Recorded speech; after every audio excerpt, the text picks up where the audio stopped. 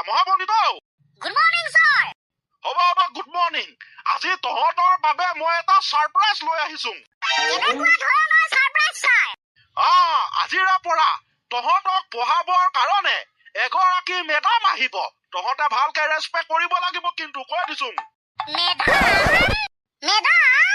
madam কি হ'ল যেনিবা মেডাম শব্দটো শুনিয়ে পোৱা নাই ইমান আচৰিত চা মই কৈছো চা উল্টা পুল্টা কৰিবি তহঁতক গৰু পিতন দিম চাবি ভালদৰে ৰেছপেক্ট কৰিবি সন্মান কৰিবি ক্লাছটো ভালকে কৰিবি অকে মই এতিয়া গৈ থাকো মেডাম আহিব আপুনি একো টেনচন নল'ব ছাৰ আমি ফুল ৰেছপেক্ট কৰিম অকে ঠিক আছে দে good morning madam good morning madam good morning madam ভাল হৈছে এয়াহে ডেকা ল'ৰা থেংক ইউ মেডাম জি হ'ব দিয়া তেল মাৰিব নালাগে তোমালোকৰ স্কুলত মই আজি নতুনকৈ জইন কৰিছো বাৰু তোমালোকৰ নামবিলাক এজন এজনকে কৈ যোৱাচোন ওকে মেডাম মোৰ নামটো হৈছে উৰেকান্ত উৰেকান্ত বাৰু তোমাৰ নামটো মেডাম মোৰ নামটো হৈছে এছবি দ্যাট মিন্স সানি বৰুৱা ভাল হৈছে একেবাৰে শেষত তোমাৰ নাম মেডাম মোৰ নামটো হৈছে হৰি ভাল লাগিল দেই তোমালোকৰ লগত চিনাকি হৈ পিছে তোমালোকৰ ক্লাছত তিনিজনহে ষ্টুডেণ্ট দেখিছো আৰু বেলেগ ষ্টুডেণ্ট নাই নেকি বাৰু মেডাম দুখৰ কথানো কি ক'ব সেইবিলাক চব ধুমকেতুৰ নিচিনা এদিন আহে 20 দিন নাহে এদিন আহিব আকৌ 20 দিন নাহিব গতিকে নৰ্মেল ডেইলি সদায় ক্লাছ আমিয়ে কৰোঁ বাইদেউ হয় নেকি এইটো দেখোন বহুত ভাল কথা একো নাই দিয়া বেলেগে কি কৰিছে সেইটো বাদ দিয়া তোমালোকে যে সদায় স্কুল আহা ক্লাছ কৰা সেইটো বহুত ভাল লাগিছে দেই থেংক ইউ মেডাম হয় মেডাম থেংক ইউ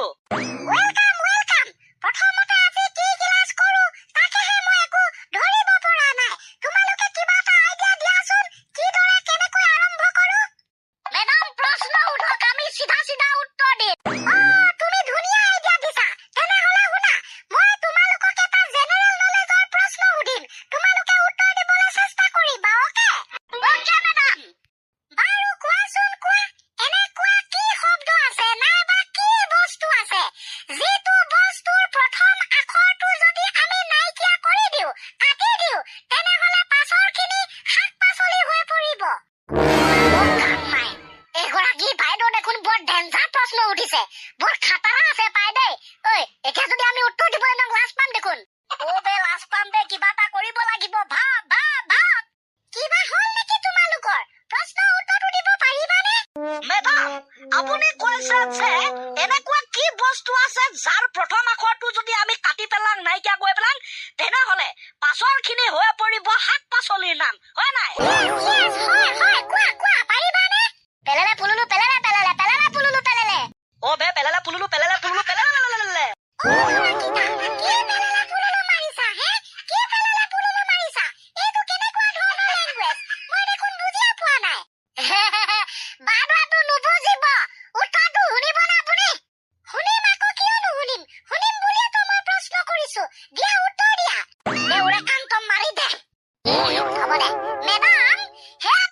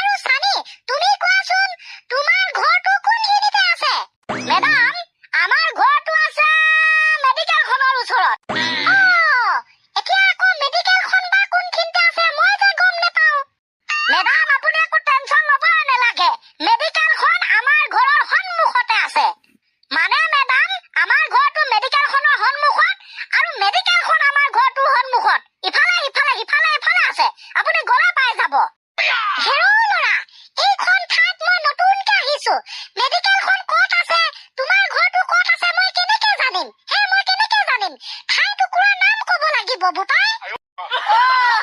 পাৱা থাকিছিলো কয়া মেডাম একো নাই দিয়ক মানে আমাৰ ঘৰটো ঠাইডোখৰ হেৰি কয় এইটো ফটাচিতা গাঁও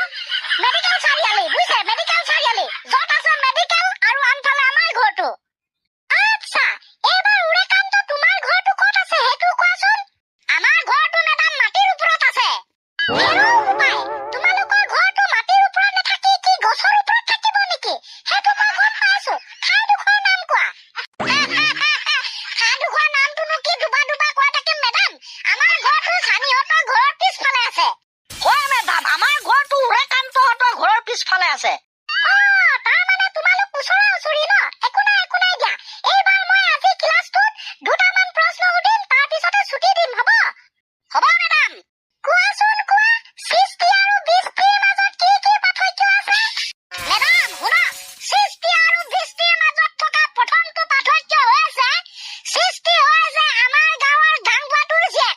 আনহাতে বৃষ্টি হৈছে আমাৰ গাঁৱৰ ঠিকাদাৰ জীয়েক তুমি এইবোৰ কি কৈছা হয় মেডাম ঠিকে কৈছে আৰু শুনক পাৰ্থক্য সৃষ্টিৰ বয়স হৈছে 18 বছৰ আনহাতে বৃষ্টিৰ বয়স হৈছে 17 বছৰ খালে কি কৈ আছা মানে তোমালোকে মই দেখোন বুজিয়ে পোৱা নাই মেডাম এতিয়াহে বুজিব সৃষ্টিয়ে পুৰা মেকআপ কৰি ভাল পায় আনহাতে বৃষ্টিয়ে কোনো ধৰণৰ মেকআপ কৰি ভাল নাপায় হ'ব তোমালোকৰ গাঁৱৰ সৃষ্টি বৃষ্টিৰ পাৰ্থক্য সোধা নাই নহয় মই সৃষ্টি হয় উদ্ভাৱন হয় সেইটো সৃষ্টিৰ কথা সুধিছো আৰু বৃষ্টি মানে যে বৰষুণ তাৰ কথা সুধিছিলো মই মেডাম কথাৰ গুৰি মানে কৰবাত